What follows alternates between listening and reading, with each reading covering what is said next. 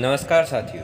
तो स्वागत है आपका हमारे online study channel point study point पर। तो दोस्तों, आज हमारा टॉपिक है शिक्षा, और शिक्षा से संबंधित आज हम अति महत्वपूर्ण प्रश्नों के बारे में बात करेंगे जो आपके हर बार परीक्षाओं में रिपीट होते हैं। इसलिए हर प्रश्न को आप बारीकी से समझें और ध्यानपूर्वक पढ़ें, और वीडियो को आप जरा भी स्किप ना करें क्योंकि वीडियो आपके लिए बहुत ही हेल्पफुल होने वाला है। तो चलो वीडियो को शुरू करते हैं। तो आपका पहला सवाल है कि राज्य सरकार द्वारा चलाए जा रहे अंग्रेजी माध्यम वाले विद्यालय जो केंद्रीय माध्यमिक शिक्षा बोर्ड से मान्यता प्राप्त हैं, उत्कृष्ट केंद्र के रूप में स्थापित हुए हैं, वे विद्यालय कौन से हैं? तो आपको याद रखना है वह विद्यालय है स्वामी विवेकानंद राजकीय मॉडल स्कूल। ठीक है, स्वामी विवेकानंद राजकीय मॉडल स्कूल है जो राज्य सरकार द्वारा चलाए जा रहे अंग्रेजी माध्यम वाले विद्यालय जो केंद्रीय माध्यमिक शिक्षा बोर्ड से मान्यता प्राप्त है और उत्कृष्ट केंद्र के रूप में स्थापित हुए हैं, वह विद्यालय कौन सा है? स्वामी विवेकानंद राजकीय मॉडल स्कूल। और यह प्रश्न फर्स्ट ग्रेड जीके 2016 के एग्जाम में पूछा गया था। ठीक है, अगला देखते हैं। तो अगला सवाल है कि अनुप्रति योजना के बारे में निम्नलिखित में से कौन सा कथन है जो सही है? RS प्री 2016 में पूछा गया था और यह गलत है, क्वेश्चन गलत, जिसमें ऑप्शन सही नहीं थे। ठीक है, इसलिए एक नंबर बोनस का मिला था लोगों को। तो इसमें सही उत्तर था कि चारों विकल्प गलत है। यह योजना SC ST एवं सभी BPL तथा अल्पसंख्यक समुदाय के प्रतियोगियों को कोचिंग व्यय के पुनर्भरण हेतु अनुदान प्रदान करती हैं, शर्तें कि उनके परिवार की वार्षिक आयु 2.5 लाख से अधिक न हो। इसका उत्तर ये था। ठीक है, तो आपको याद रखना है। अगला देखते हैं कि अगला सवाल है कि राजस्थान राज्य बजट 2016-17 में नया तकनीकी विश्वविद्यालय कहाँ स्थापित किया जाना प्रस्तावित किया गया? तो आपको याद रखना है यह प्रस्तावित किया गया बीकानेर। ठीक है, बीकानेर जिले में राजस्थान राज्य बजट 2016-17 में नया तकनीकी विश्वविद्यालय बीकानेर संस्थापित किया जाना प्रस्तावित किया गया। कब? 2016-17 में। ठीक है, और ये कॉलेज व्याख्याता परीक्षा 2014 में पूछा गया था। ठीक है, व्याख्या की बात करें तो विधानसभा द्वारा इसकी स्थापना हेतु विधेयक अप्रैल 2017 में पारित कर दिया गया। ठीक है, विधेयक इसका पारित कब किया गया? तो आपको याद रखना है इसका विधेयक पारित किया गया 2017 में। ठीक है, अगला सवाल है कि प्राचीन काल में तक्षशिला विख्यात था। तो तक्षशिला विख्यात था किसके लिए? शिक्षा के केंद्र के रूप में। ठीक है, शिक्षा के केंद्र के रूप में प्राचीन काल में तक्षशिला विख्यात था। और ये वन रक्षक भर्ती परीक्षा 2013 में पूछा गया था, और ये वेरी मोस्ट इंपॉर्टेंट क्वेश्चन है, बहुत बार पूछा गया है कि प्राचीन काल में तक्षशिला विख्यात था तो शिक्षा केंद्र के रूप में। अगला सवाल है कि राजस्थान में क्रीड़ा विश्वविद्यालय कहाँ पर स्थापित किया गया? तो आपको याद रखना है क्रीड़ा विश्वविद्यालय स्थापित किया गया था झुंझुनू में। ठीक है, क्रीड़ा विश्वविद्यालय कहाँ पर स्थापित किया गया? तो आपको याद रखना है झुंझुनू में स्थापित किया गया। और ये RPC LDC परीक्षा 2013 में पूछा गया था। ठीक है, तो आपको याद रखना है कहाँ क्रीड़ा विश्वविद्यालय कहाँ पर स्थापित है? तो झुंझुनू में। अगला सवाल है कि किस विश्वविद्यालय का नाम पूर्व राष्ट्रपति सर्वपल्ली राधाकृष्णन के नाम पर रखने का निर्णय लिया गया? तो आपको याद रखना है वह विश्वविद्यालय है राष्ट्रीय आयुर्वेद विश्वविद्यालय जोधपुर। ठीक है, राष्ट्रीय आयुर्वेद विश्वविद्यालय जोधपुर है जिस विद्यालय का नाम पूर्व राष्ट्रपति सर्वपल्ली राधाकृष्णन के नाम पर रखने का निर्णय किया गया। वह विद्यालय कौन सा है? विश्वविद्यालय कौन सा है? तो आपको याद रखना है वह विश्वविद्यालय राष्ट्रीय आयुर्वेद विश्वविद्यालय जोधपुर। और यह प्रश्न पूछा गया था राजस्थान पुलिस कांस्टेबल 2012 और BSTC परीक्षा 2013 में पूछा गया था। ठीक है, तो आपको याद रखना है। अगला सवाल देखते हैं कि अगला सवाल है कि राजस्थान में पुलिस यूनिवर्सिटी खोलने की घोषणा किस जिले में की गई? तो आपको याद रखना है यह की गई थी जोधपुर जिले में। ठीक है, जोधपुर जिले में पुलिस यूनिवर्सिटी खोलने की घोषणा की गई थी। और यह राजस्थान पुलिस कांस्टेबल 2012 में पूछा गया था प्रश्न कि पुलिस यूनिवर्सिटी खोलने की घोषणा किस जिले में की गई? तो आपको याद रखना है यह की गई थी जोधपुर जिले में। और व्याख्या की बात करें कि जोधपुर में यह विश्वविद्यालय 2012 में स्थापित हो गया था। और यह विश्वविद्यालय कहाँ पर कब स्थापित हुआ? तो आपको याद रखना है 2012 में। अगला सवाल देखते हैं कि अगला सवाल है वनस्थली विद्यापीठ डीम्ड विश्वविद्यालय किस जिले में है? तो आपको याद रखना है यह विश्वविद्यालय टोंक जिले में। ठीक है, वनस्थली विद्यापीठ है कौन सा विश्वविद्यालय? डीम्ड विश्वविद्यालय। ठीक है, और जो किस जिले में स्थित है? तो आपको याद रखना है टोंक जिले में स्थित है। अगला सवाल की बात करें तो अगला सवाल है राज्य का पहला खुला विश्वविद्यालय कहाँ पर स्थित है? तो आपको याद रखना है राज्य का पहला खुला विश्वविद्यालय है कोटा में। ठीक है, कोटा में है राज्य का पहला खुला विश्वविद्यालय। ठीक है, तो राजस्थान पुलिस कांस्टेबल परीक्षा 2010 में पूछा गया था कि राजस्थान का पहला खुला विश्वविद्यालय कहाँ पर स्थित है? तो आपको याद रखना है कोटा जिले में स्थित है। अगला सवाल देखते हैं अगला सवाल है कि राज्य में स्वीकृत नया IIT किस ज़िले में स्थित है? तो आपको याद रखना है नया IIT जोधपुर ज़िले में स्थित है। ठीक है, तो यह प्रश्न राजस्थान पुलिस कांस्टेबल 2010 में पूछा गया था कि राज्य में स्वीकृत नया IIT किस ज़िले में स्थित है? तो यह है जोधपुर ज़िले में। और व्याख्या की बात करें तो जोधपुर IIT वर्ष 2010 से प्रारंभ हो चुका था। और कब प्रारंभ हुआ? तो आपको याद रखना है 2010 से। अगला सवाल है प्रसिद्ध तकनीकी संस्थान Birla institute of technology and sciences राज्य के किस ज़िले में स्थित हैं? तो आपको याद रखना है यह स्थित है झुंझुनू ज़िले में। ठीक है, यह किस ज़िले में स्थित है? झुंझुनू ज़िले में। क्या है? प्रसिद्ध तकनीकी संस्थान Birla institute of technology and sciences. ठीक है, यह कहाँ पर स्थित है? तो आपको याद है झुंझुनू ज़िले में। अगले सवाल की बात करते हैं तो अगला सवाल है कि राजीव गांधी ट्राइबल यूनिवर्सिटी की स्थापना कहाँ होगी? तो यह होगी कहाँ पर? बांसवाड़ा में। ठीक है, कहाँ? बांसवाड़ा में इसकी स्थापना होगी। किस यूनिवर्सिटी की? तो आपको याद रखना है राजीव गांधी ट्राइबल यूनिवर्सिटी की। और यह प्रश्न पूछा गया था पटवारी परीक्षा 2013 में। ठीक है, और यह विश्वविद्यालय 14 अक्टूबर 2012 को उदयपुर में स्थापित किया गया और 1/7/2016 में से बांसवाड़ा स्थानांतरित कर दिया गया एवं इसका नाम बदलकर गोविंद गुरु जनजातीय विश्वविद्यालय कर दिया गया है। ठीक है, इसका नाम बदलकर क्या कर दिया है? गोविंद गुरु जनजातीय विश्वविद्यालय। और ये कब स्थापित किया गया? तो आपको याद रखना है 14 अक्टूबर 2012 को स्थानांतरित किया गया था। यानी कि 1 जुलाई 2017 को स्थानांतरित किया गया था। अगला सवाल की बात कर देते हैं कि राज्य का एकमात्र खुला विश्वविद्यालय कहाँ पर है? ये मैंने पूछा था अभी। ठीक है, तो खुला विश्वविद्यालय कोटा में। ठीक है, राज्य का एकमात्र खुला विश्वविद्यालय कहाँ पर है? तो यह खुला विश्वविद्यालय है कोटा में। ठीक है, और यह पटवारी परीक्षा 2011 में पूछा गया था प्रश्न कि राज्य का एकमात्र खुला विश्वविद्यालय कहाँ पर है? तो आपको याद रखना है कोटा में स्थित है। अगला सवाल देखते हैं राजस्थान में विश्वविद्यालय के कुलपतियों की नियुक्ति की जाती है। तो किसके द्वारा की जाती है? राज्यपाल द्वारा। ठीक है, तो राज्यपाल द्वारा राजस्थान में विश्वविद्यालय के कुलपतियों की नियुक्ति की जाती है। ठीक है, यह प्रश्न पूछा गया था पटवारी परीक्षा 2011 में। और ये वेरी मोस्ट इंपॉर्टेंट क्वेश्चन है कि राजस्थान में विश्वविद्यालय के कुलपतियों की नियुक्ति किसके द्वारा की जाती है? तो आपको याद रखना है राज्यपाल द्वारा की जाती है।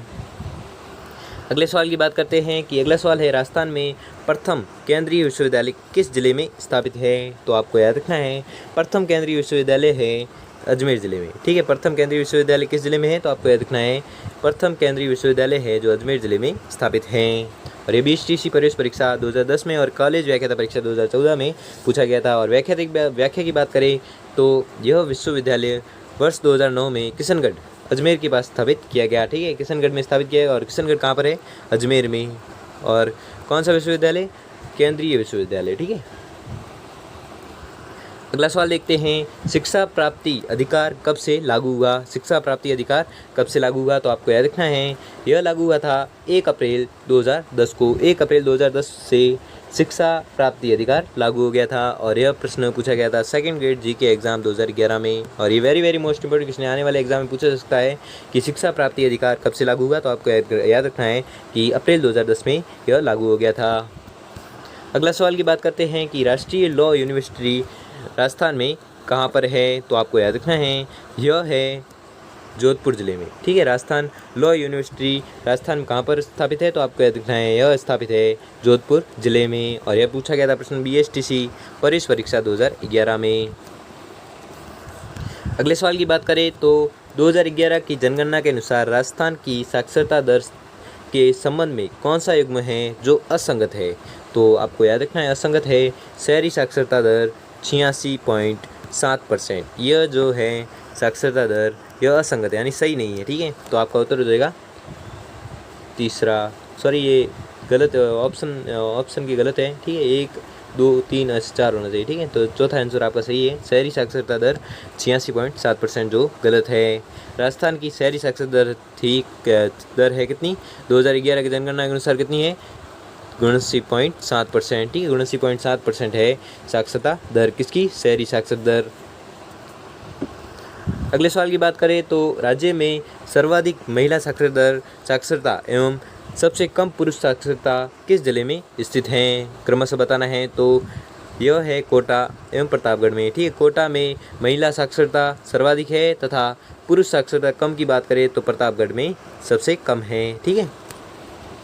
और कोटा की महिला साक्षरता पर दर 65.9% व प्रतापगढ़ की पुरुष साक्षरता है 69.5%।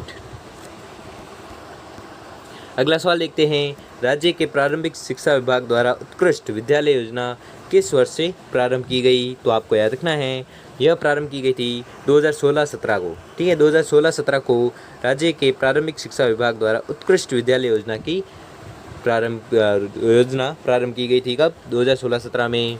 और इसकी व्याख्या की बात करें तो इस योजना के तहत प्रत्येक ग्राम पंचायत क्षेत्र में एक प्राथमिक या उच्च प्राथमिक विद्यालय का चयन कर उसे उत्कृष्ट विद्यालय के रूप में विकसित किया जा रहा है। अगला सवाल देखते हैं कि अगला सवाल है, बालिका शिक्षा को बढ़ावा देने हेतु वर्ष 2017-18 से प्रारंभ किया गया पद्माक्षी पुरस्कार किस किस कक्षा की बालिकाओं को जिला स्तर पर प्रथम स्थान प्राप्त करने पर दिया जाएगा? तो आपको याद रखना है, यह प्राप्त दिया जाएगा उक्त सभी में, ठीक है। कक्षा 8, 10 और कक्षा 12वीं। तो वापस से प्रश्न पढ़ते हैं कि बालिका शिक्षा को बढ़ावा देने हेतु वर्ष 2017-18 से प्रारंभ किया गया पद्माक्षी पुरस्कार प्रारंभ किया गया कब? 2017-18 से। और किस किस कक्षाओं का बालिकाओं को जिला स्तर पर प्रथम स्थान प्राप्त करने पर दिया जाएगा? तो यह दिया जाएगा 8वीं, 10वीं, 12वीं, ये तीनों कक्षाओं को प्रथम स्थान प्राप्त, जिला स्तर पर प्रथम स्थान प्राप्त करने पर पद्माक्षी पुरस्कार दिया जाएगा। किनको? बालिकाओं को। यह प्रारंभ कब किया गया? तो 2017-18 को यह प्रारंभ किया गया। और व्याख्या की बात करें तो इस पुरस्कार में कक्षा 8वीं की बालिका को 40,000 रुपये, 10वीं की बालिका को 75,000 रुपये और 12वीं की बालिका को 1 लाख रुपये का पुरस्कार दिया जाएगा। अगले सवाल की बात करें तो अगला सवाल है, राज्य के विद्यालयों में नामांकन में वृद्धि करने हेतु चलाया गया अपना बच्चा अपना विद्यालय अभियान किस जिले से प्रारंभ किया गया? तो आपको याद रखना है, यह प्रारंभ किया गया झुंझुनू जिले से, ठीक है। तो प्रश्न क्या है कि राज्य के विद्यालयों में नामांकन में वृद्धि करने हेतु चलाया गया अपना बच्चा अपना विद्यालय, ठीक है, चलाया गया अपना बच्चा अपना विद्यालय अभियान किस जिले से प्रारंभ किया गया? तो यह प्रारंभ किया गया झुंझुनू जिले से, ठीक है। क्या प्रारंभ किया गया? अपना बच्चा अपना विद्यालय, यह प्रारंभ किया गया अभियान था जो प्रारंभ किया गया था कहाँ से? झुंझुनू जिले से, ठीक है। अगले सवाल की बात करें तो अगला सवाल है, राज्य में चल रहे आंगनबाड़ी केंद्रों का नाम आंगनबाड़ी पाठशाला किस तिथि से किया गया? तो आपको याद रखना है, यह किया गया था 30 मार्च 2017 से, ठीक है। 30 मार्च 2017 से आंगनबाड़ी केंद्रों का नाम आंगनबाड़ी पाठशाला कर दिया गया था कब? 30 मार्च 2017 को। और व्याख्या की बात करें तो इसकी व्याख्या है कि 30 मार्च 2017 से राज्य में प्रारंभिक बाल्यावस्था शिक्षक कार्यक्रम का शुभारंभ कर आंगनबाड़ी केंद्रों को आंगनबाड़ी पाठशाला नाम दिया गया और यहाँ बच्चों को प्री स्कूल बुक्स के माध्यम से शिक्षा दी जाती है। अगले सवाल की बात करें तो अगला सवाल है कि राज्य के राजकीय माध्यमिक, उच्च माध्यमिक एवं स्वामी विवेकानंद मॉडल स्कूल में कक्षा 6 से 10वीं तक के बच्चों को कंप्यूटर में दक्ष कर तकनीकी कौशल विकास करने हेतु कौन सा कार्यक्रम कर शैक्षणिक सत्र 2017-18 से प्रारंभ किया गया? तो आपको याद रखना है, यह किया गया क्लिक योजना के तहत, ठीक है। तो प्रश्न क्या है कि राज्य के राजकीय माध्यमिक, उच्च माध्यमिक एवं स्वामी विवेकानंद मॉडल स्कूलों में कक्षा 6 से 10वीं तक के बच्चों को कंप्यूटर में दक्ष कर तकनीकी कौशल विकास करने हेतु कौन सा कार्यक्रम इस शैक्षणिक सत्र 2017 से 18 से प्रारंभ किया गया? तो आपको याद रखना है, यह कार्यक्रम था क्लिक योजना कार्यक्रम, जिसके तहत कक्षा 6 से 10 के बच्चों को कंप्यूटर में दक्ष कर तकनीकी कौशल विकसित करने हेतु चलाया गया था। कौन सा कार्यक्रम? क्लिक योजना कार्यक्रम। और व्याख्या की बात करें तो इसकी व्याख्या है कि computer literacy initiative for comprehensive knowledge योजना के तहत विद्यालयों में कक्षा 6 से 10 के बच्चों को स्ववित्त पोषित SFS आधार पर कंप्यूटर प्रशिक्षण प्रदान कर उनमें तकनीकी कौशल का विकास किया जाएगा और योजना का संचालन विद्यालय विकास व प्रबंध समिति के माध्यम से किया जाएगा। अगला सवाल की बात करें तो अगला सवाल है कि राज्य में बालिकाओं को उच्च शिक्षा प्रदान करने हेतु लाडो रानी योजना कब से प्रारंभ की गई? तो आपको याद रखना है यह प्रारंभ की गई थी 20 जुलाई 2017 को। ठीक है, 20 जुलाई 2017 को लाडो रानी योजना प्रारंभ की गई थी। यह योजना क्या थी? राज्य में बालिकाओं को उच्च शिक्षा प्रदान करने के लिए यह योजना चलाई गई थी। कौन सी योजना? लाडो रानी योजना। और कब चलाई गई? तो आपको याद रखना है 22 जुलाई 2016 को यह योजना चलाई गई थी। कौन सी योजना? लाडो रानी योजना। और इसकी व्याख्या की बात करें तो यह योजना प्रारंभ में नागौर जिले में शुरू की गई थी। इसके तहत बनाए गए फंड में जिले के सभी सोनोग्राफी सेंटर स्वेच्छा से प्रति सोनोग्राफी एक निश्चित रकम दान करेंगे, जिसका उपयोग बालिकाओं की उच्च शिक्षा हेतु किया जाएगा। अगले सवाल की बात करें तो अगला सवाल है कि राजस्थान में 2 स्किल यूनिवर्सिटी कहाँ स्थापित की गई हैं? तो आपको याद रखना है यह स्थापित की गई है जयपुर जिले में। ठीक है, राजस्थान में 2 स्किल यूनिवर्सिटी कहाँ पर स्थापित की गई? तो आपको याद रखना है यह स्थापित की गई है जयपुर जिले में। अगला सवाल देखते हैं कि अगला सवाल है कि मीराबाई अखिल भारतीय आयुर्विज्ञान संस्थान कहाँ पर स्थापित किया जा रहा है? तो आपको याद रखना है यह स्थापित किया जा रहा है जोधपुर जिले में। ठीक है, जोधपुर जिले में मीराबाई अखिल भारतीय आयुर्विज्ञान संस्थान कहाँ पर स्थापित किया जा रहा है? तो आपको याद रखना है जोधपुर जिले में स्थापित किया जा रहा है। अगला सवाल देखते हैं कि अगला सवाल है देश में प्रौढ़ शिक्षा हेतु साक्षर भारत मिशन का प्रारंभ हुआ। तो कब प्रारंभ हुआ? 8 सितंबर 2009 से। ठीक है, 8 सितंबर 2009 से देश में प्रौढ़ शिक्षा हेतु साक्षर भारत मिशन का प्रारंभ हुआ। कब? 8 सितंबर 2009 से। अगले सवाल की बात करें तो अगला सवाल है कि 2011 की जनगणना के अनुसार राजस्थान की साक्षरता है। तो आपको याद रखना है राजस्थान की साक्षरता है 66.1%। ठीक है, 2011 की जनगणना के अनुसार राजस्थान की साक्षरता कितनी है? तो आपको याद रखना है 66.1% साक्षरता है जो राजस्थान की है। और किसके अनुसार? 2011 की जनगणना के अनुसार। अगले सवाल की बात करें तो अगला सवाल है कि ऐसा विश्वविद्यालय जिसका कार्य क्षेत्र पहले उसके शहर की सीमाओं में सीमित था परंतु अब कई जिलों में विस्तृत है। तो आपको याद रखना है वह विश्वविद्यालय है जय नारायण व्यास विश्वविद्यालय, जो जोधपुर में स्थित है। जय नारायण व्यास विश्वविद्यालय है जो ऐसा विश्वविद्यालय जिसका कार्य क्षेत्र पहले उसके शहर की सीमाओं में सीमित था परंतु अब कई जिलों में विस्तृत है। ठीक है, कौन सा विश्वविद्यालय? जय नारायण व्यास विश्वविद्यालय, जो कहाँ पर स्थित है? जोधपुर में। और वर्तमान में इसके क्षेत्राधिकार में संपूर्ण जोधपुर जिला, पाली, जालोर, जैसलमेर और बाड़मेर को शामिल किया गया है। ठीक है, वर्तमान में से शामिल किया गया है। और अगला और अंतिम सवाल है कि गार्गी पुरस्कार दिए जाते हैं। तो गार्गी पुरस्कार दिए जाते किनको? 10वीं की परीक्षा में 75% या इससे अधिक अंक प्राप्त करने वाली छात्राओं को। 10वीं की परीक्षा में 75% या इससे अधिक अंक प्राप्त करने वाली छात्राओं को गार्गी पुरस्कार दिया जाता है। ठीक है, तो दोस्तों आपको वीडियो कैसा लगा हमें कमेंट बॉक्स में कमेंट करके ज़रूर बताएं। और इस वीडियो को बनाने में बहुत समय लगा है, इसलिए वीडियो को लाइक और चैनल को सब्सक्राइब जरूर करें। धन्यवाद।